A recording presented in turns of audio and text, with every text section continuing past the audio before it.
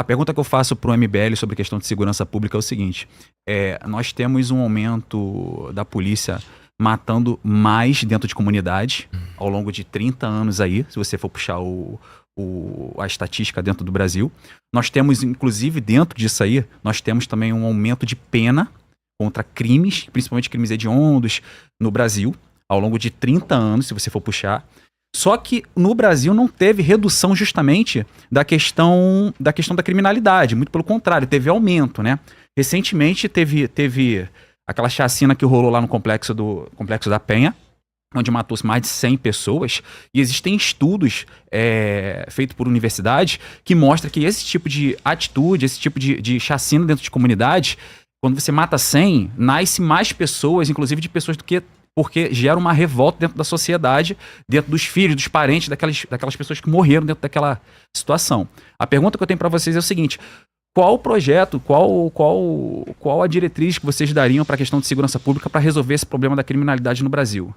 Deixa eu complementar aqui, porque isso aí a gente já sabe a resposta deles. A resposta deles é a resposta de devaneio vamos falar sobre Bukele, em El Salvador, etc. Tudo propostas que impossível de executar, porque não dá para comparar um país de 220 pequeno, milhões de habitantes com um país de 6 milhões de habitantes, sim, insular e por aí vai. Mas a questão é a seguinte, a gente está falando aqui do terceiro país com a maior população carcerária do planeta. A gente está falando de uma política de segurança pública, pelo menos no Rio de Janeiro, que é a mesma política de segurança pública desde que Brizola deixou o governo do Estado. Ou seja, uma política pública de segurança que simplesmente ela é ineficaz pelas estatísticas e pronto, acabou.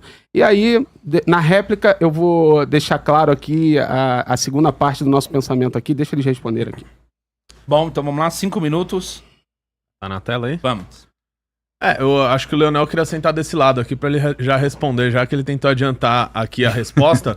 Mas eu acho que se a gente tá falando de segurança pública, a gente tem que falar do maior case de segurança pública do mundo hoje, que é El Salvador. Não adianta dar risada, porque os números provam isso. Era o país mais perigoso do mundo, né? Tinha uma taxa de homicídio de mais de 103 a cada 100 mil habitantes e foi reduzido em mais de 98, 99%. Só deixa eu terminar aqui e depois você falar a nossa vez. Tentou comparar El Salvador com nazismo, né? Esse é o nível da esquerda. Bom, mas pra eles também o Alckmin era nazista, né? Um tempo atrás. Então qualquer coisa vale a comparação com o nazismo.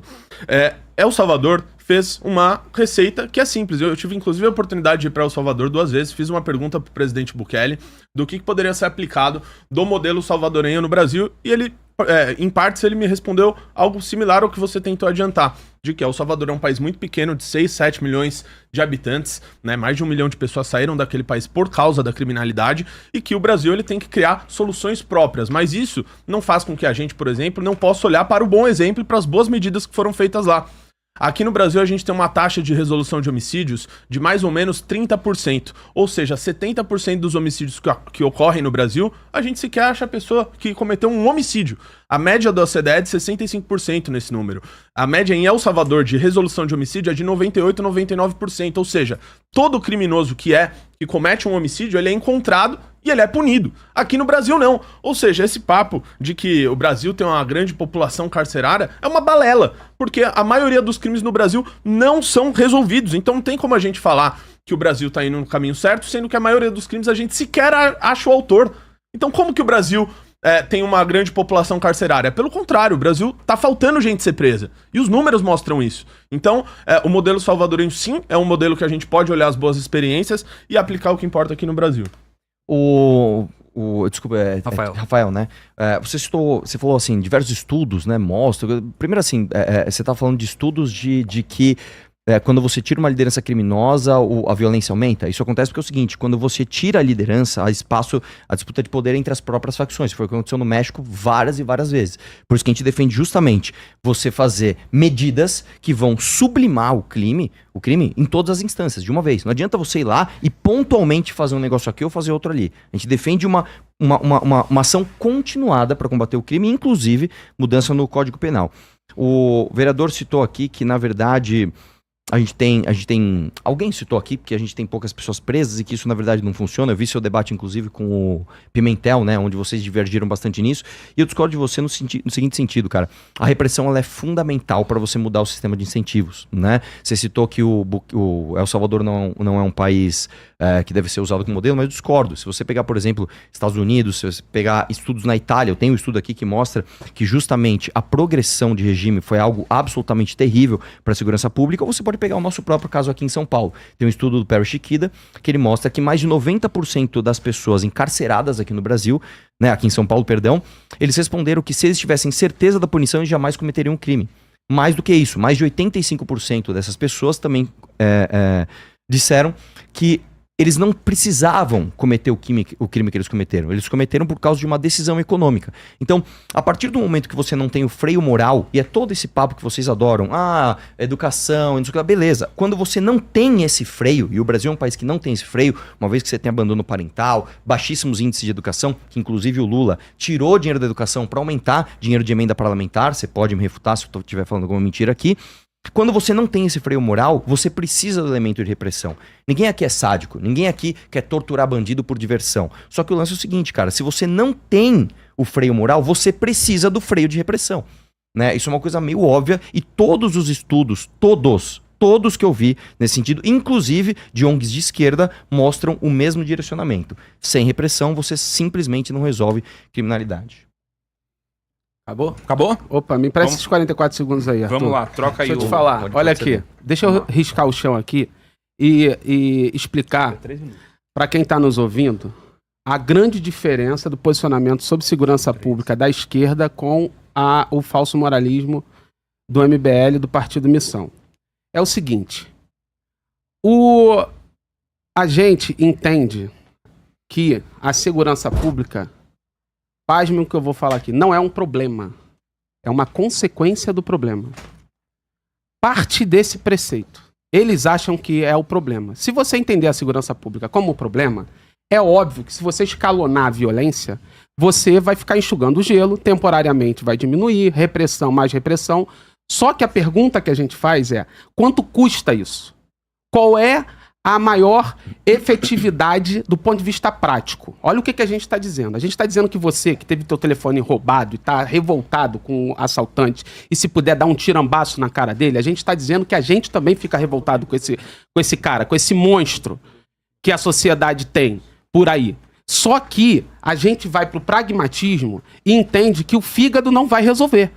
Bota mais armas na rua, não vai resolver. A gente tem 1,5 milhão de armas CACs na rua, aumentou a criminalidade com armas CACs e, de 2019 para cá, aumentaram em mais de 1 milhão em armas na rua e isso não diminuiu os índices de violência. E aí, você chega no Rio de Janeiro, e aqui em São Paulo deve ser parecido, eu não tenho os dados de São Paulo, mas no Rio de Janeiro é assim, e aqui deve ser parecido, que com um gasto do governo estadual de 20 bilhões de reais em segurança pública, enquanto que na educação a gente gasta 10, metade. Enquanto que na saúde a gente gasta 12. Enquanto que na assistência social a gente gasta 1,5 bilhão.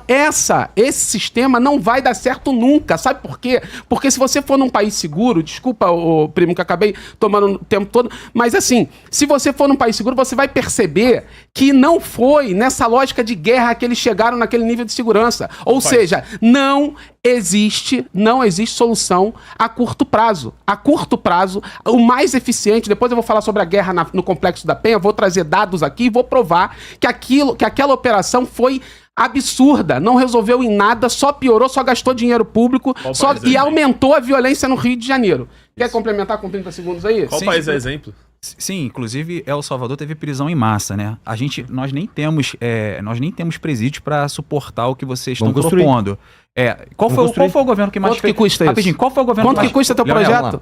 Quanto que tá no meu tempo, a gente pode... Não, mas beleza, depois tu responde isso aí. Leonel, quanto é que custa o projeto de El Salvador para para aprisionar inocente, para infringir os direitos humanos, quanto que vai custar um negócio desse no Brasil em escala brasileira, sem dados fictícios, dados que... Enfim, acabou aí, desculpa. Pode ir. Vai lá, pode ir. Vamos lá. Ele ficou aqui perguntando o tempo inteiro quanto é que custa, né, pra fazer isso? Quanto que custa pra fazer isso? 550 milhões de 550 milhões de reais foi o que foi gasto pra fazer o CECOT, o Centro de Confinamento do Terrorismo em El Salvador, que prendeu mais de 40 mil vagabundos faccionados. Só uma complementação, tá? O Lula aumentou agora para 60 bilhões de reais. 60 bilhões de reais por ano, tá? O valor de emendas parlamentares. Mais do que isso, tá? Se não há presídio suficiente, eu concordo com isso, que se construa mais. Eu defendo que se construam mais presídios e que coloquem mais vagabundos na cadeia. A sociedade vai agradecer, eu não tenho dúvida nenhuma disso. E sobre o custo de El Salvador, ô Leonel, que você perguntou quanto custa, etc. El Salvador colocou vagabundo pra trabalhar.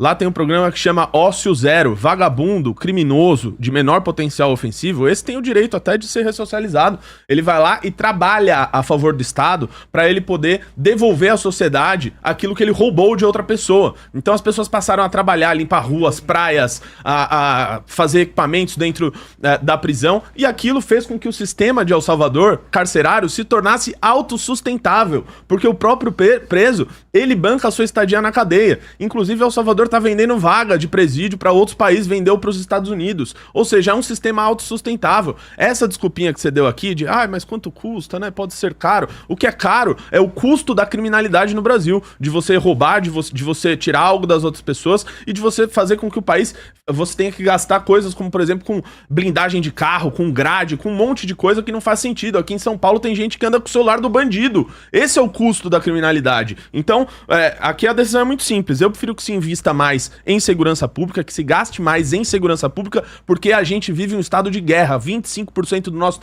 território tá dominado pelas facções criminosas. Ô, Leonel, só pra terminar aqui, cara, quando você vier debater com a gente, não adianta se apegar em jargão, né? O grande jargão da esquerda é falar que é o seguinte: não, existe uma dicotomia que ou você investe em educação ou você investe em segurança. Isso não é verdade, né? Mesmo porque, se a gente for ouvir o próprio presidente que se apoia, ele está investindo menos em educação e mais em emenda parlamentar. O Lula está literalmente tirando o dinheiro das escolas para dar para deputado do Centrão pintar quadra. Isso não é minha opinião, cara. Isso é factual. Tá? Esse é o primeiro ponto. Ele não tem outra opção. Quem aprova é o Congresso, você sabe disso, cara. Tadinho dele. Ele não tinha como, Quem pessoal. É que tá freando as emendas parlamentares? Não, Dino. O Partido dos Trabalhadores é contra as emendas parlamentares. Pessoal, cara. Eles são contra e aumentaram.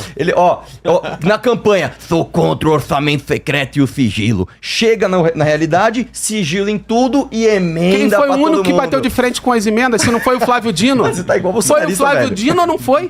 Então, peraí. O Flávio Dino ou não foi? Fala isso agora. Não adianta rir, filho. Foi o Flávio Dino ou não foi? Não adianta rir. Que bateu de frente o quê? Agora que mais bateu de frente com as emendas? Quem é o inimigo número um do Centrão com as emendas? Ele como ministro do Supremo Você frequenta Brasília. Ele como ministro do Supremo está falando? Quantas vezes você foi em Brasília, você escutou dos deputados do Centrão? Todo mundo pistola, como você gosta de dizer, pistola com Flávio Dino. Quantas vezes? Calma lá, deixa eu só entender. Você está justificando que o Lula teve que aumentar a emenda. Eu tô dizendo que o Lula é contra as emendas. Aí o Dino lá no STF resolveu? Essa é a grande jogada de vocês, não, cara? O que eu tô dizendo é que o Lula... Fica difícil também. Calma aí, fica difícil não, cara. Olha só, vamos trabalhar com a realidade? Vamos lá. Tá bom, vai falar aí o teu tempo. Vamos lá. Não, mas eu nem reclamo disso. É que acabou o argumento dele. Mas só pra terminar aqui, por que eu tô falando de falsa dicotomia, cara? Você tá colocando isso, você coloca como se resolver a segurança pública fosse uma questão moralista. Não é, cara. Isso é bem pragmático. Eu citei um estudo pra você, né, que mostram números. Né? Isso não é, moralmente... Eu não citei os números aqui, cara, não, cara, mas que o gasto... Calma. Quanto é que custa um preso no Brasil? Eu não estou acusando você de ser moralista. Quanto é que custa um preso no Brasil? 3 mil reais em média. Leonel, calma. 3 mil reais em média. 3 mil reais você paga um produtor cultural na favela e ele vai tirar muito mais moleque do crime do que você aprisionar e infringir direitos humanos como vocês querem. Não adianta se engatar a segunda marcha. Pode gastar menos, então, com o criminoso na cadeia. Não, mas calma. Deixa eu só voltar no centro do argumento que ele quis fugir. Não adianta você engatar a segunda marcha e sair falando de uma coisa que eu não falei. Tá, tudo bem. O que você falou foi, atentamente, você é um moralista, você está trazendo solução moralista. E eu estou refutando o que você está dizendo, mostrando que isso aqui não é uma questão, olha, por causa da moralidade e dos bons costumes. Eu estou trazendo números para você. Eu trouxe quanto custou o CECOT, eu trouxe quanto o CECOT hoje custa, que ele é autossustentável, e trouxe um estudo do Perry Chiquida, que não é de El Salvador, não é de outro país, mostrando pragmaticamente um número. Eu tenho outros números aqui, se você quiser. Né? O estudo do Perry Chiquida é muito claro aqui em São Paulo. A punição faz parte do desincentivo ao crime. É só isso. Vamos lá. Próximo. Então. Não, tava Não, sim, tinha Se acabado. rolou, Não tem é mais tréplica, tempo, não? acabou, Não é fala. tréplica, Não não? nessa questão. Agora vocês fazem a pergunta de vocês. Vai lá. Eu